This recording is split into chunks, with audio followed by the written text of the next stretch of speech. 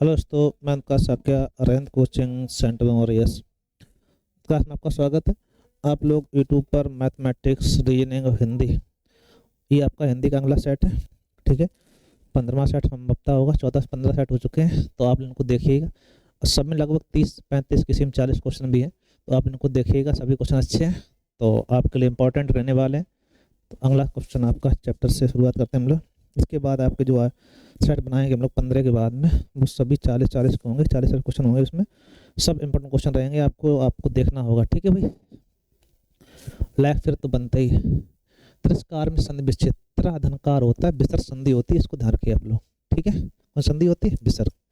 व्युत्पत्ति संधि विच्छेद चाहिए, विधन उत्पत्ति होता है। क्या होता है? विधन उत्पत्ति होता है, और व्युत्पत्ति हो जाता है एड संधि होती है। कौन संधि होती है? एड संधि। ठीक है भाई, कोई समस्या है? कोई समस्या नहीं होगी। दीर्घायु शब्द में कौन सा समास है? ठीक है, दीर्घ आयु मतलब है जो आयु में बड़ा हो।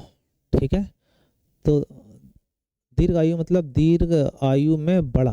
ठीक है, तो ऐसी कंडीशन में तत्पुरुष समास होता है। क्या कहलाता है? तत्पुरुष समास। या ऐसे कह सकते हो, दीर्घ आयु आयु में बड़ा। ठीक है, तत्पुरुष हो जाता है।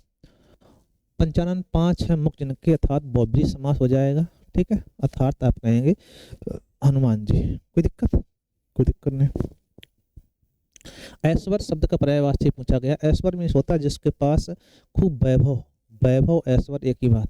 ठीक है, धन दौलत खूब, उसे क्या कहते हैं? ऐश्वर्य है, वैभव है। ठीक है, मकरंद शब्द किसका पर्यायवाची? मकरंद कमल का पर्यायवाची होता है। ठीक, कंगाल मीन्स गरीब होता है, बारी मीन्स पानी, कल्पवृक्ष तो ही। ठीक है भाई, आचार का विलोम, आचार का अनाचार। ठीक है, क्या हो जाएगा? अनाचार। अब पूछ रहा है इहलोक का विलोम बताना है, तो परलोक।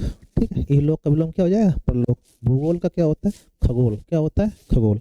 ठीक है, भूगोल का खगोल होता है, इहलोक का परलोक होता है। कोई दिक्कत है?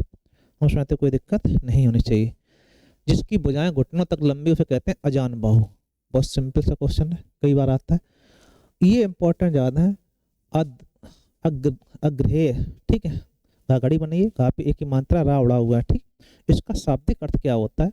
सुगंधित पदार्थ जिसे सूंघा ना जा सके, सुगंधहीन पदार्थ जिसे सूंघा जा सके, क्या कहलाता है? अग्रहेय। ठीक है, इंपॉर्टेंट है, इसको ध्यान रखिएगा आप लोग। ठीक है, चलो आगे देखते हैं हम लोग। ये पूछा, इसमें तत्सम बताना है। तेल का तत्सम तैल होता है। क्या होता है? तैल। स्थान का तत्सम देखेंगे तो स्थान ये वाला सही होता है, यही आपका तत्सम है।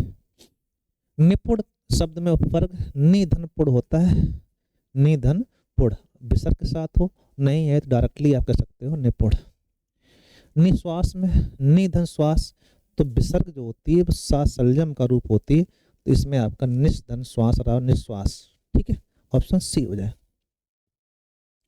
टेढ़ी खीर होने का अर्थ होता है बहुत कठिन कार्य होना। क्या होना? कठिन कार्य होना। ठीक है, अच्छा ये तो सब बोलते हैं आपके। ठीक है, इनमें से कौन सा शब्द शुद्ध? अंतर्निहित में ध्यान रखना कि रा कहाँ उड़ता है, बस मेन पॉइंट ये होता है, इसमें तो है नहीं। अंतर्निहित में ना पे आता है अंतर। ठीक है, तो आप ना पे आना चाहिए था, अंतर्निहित होता है, अंतर्निहित भी नहीं होता। क्या कहलाएगा? अंतर्निहित। ठीक है, ऑप्शन सी से। ये अच्छा क्वेश्चन है, शुद्ध वाक्य करना है। शुद्ध वाक्य भी दो प्रकार के होते हैं आपके यहाँ पे। जैसे यहाँ गाय का शुद्ध दूध मिलता है, सही बात। यहाँ शुद्ध गाय का दूध मिलता है, गाय शुद्ध नहीं होती है। ठीक है, यहाँ गाय दूध का शुद्ध दूध गलती है, शुद्ध दूध गाय का यहाँ मिलता है। कुल मिला के सेंटेंस सुटेबल कौन सा है? यहाँ गाय का शुद्ध दूध मिलता है, ऑप्शन आपका ए। ये पुस्तकें छात्रों को बांट दो। ये पुस्तक नहीं, ये पुस्तकें होना चाहिए। क्या होना चाहिए? पुस्तकें छात्रों को बांट दो, बिल्कुल सही। ये पुस्तकें छात्र को बांट दो, छात्र नहीं, क्या हो जाएगा? छात्रों। ये पुस्तकें बांट दो छात्रों को, क्या कहलाएगा? ऑप्शन बी से। ठीक है, तो आपको ये देखना होता है कि क्या कह रहा है, क्या नहीं कह रहा है। हाँ, राम प्राण ये जहाँ लगा होता है। ठीक है, ये किसका बात हो रही है? करोड़स की बात हो रही है। ठीक है, रोने की राम को रूप निहारे जानकी कंगन के नंग की परछाई। ठीक है, तो यहाँ पे कौन सा है, वियोग श्रृंगार रस की बात हो रही है। किसकी बात हो रही है, वियोग श्रृंगार रस की। भगवान सीता, माता सीता राम का रूप हनुमान जी द्वारा दी गई मुद्रिका में देख रही हैं, ठीक है, कंगन में परछाई देख रही हैं, उसका वर्णन हो रहा है। निम्नलिखित में से कौन सा वर्णिक छंद है, तो इंद्र, वज्रा, कवित, सवैया, ये सभी कैसे होते हैं, वर्णिक होते हैं, ठीक है। कौन सा छंद में 22 से 26 वर्ड होते हैं, तो ये सवैया में होते हैं। इसमें मत ज्ञान सवैया जो आपका 24 वर्डों का होता है वो सबसे फेमस है, ठीक है। जग प्रकाश तब जस करे, वृथा भान यह देख। तो ये आपका जो दिया गया है शब्द कि प्रकाश ऐसा होता है कि वृथा भान को देख के होता है, तो ये प्रतीप अलंकार, कौन सा अलंकार है, प्रतीप। मगन को देख पट देत बार बार, पट के यहाँ दो अर्थ, ठीक है, तो क्या कहलाएगा, श्लेष अलंकार। कौन कहलाएगा, श्लेष अलंकार, ठीक है। बानर का तत्सम पूछा गया है, तो बानर का तद्भव रूप होता है बंदर, क्या होता है, बंदर, ठीक है। और बानर क्या होता है, तत्सम होता है, ठीक। पद्मावत किसकी रचना है, तो मलिक मोहम्मद जैसी की रचना है, मोस्ट इम्पोर्टेंट रचना है। तो ये क्वेश्चन आपके थे आज के।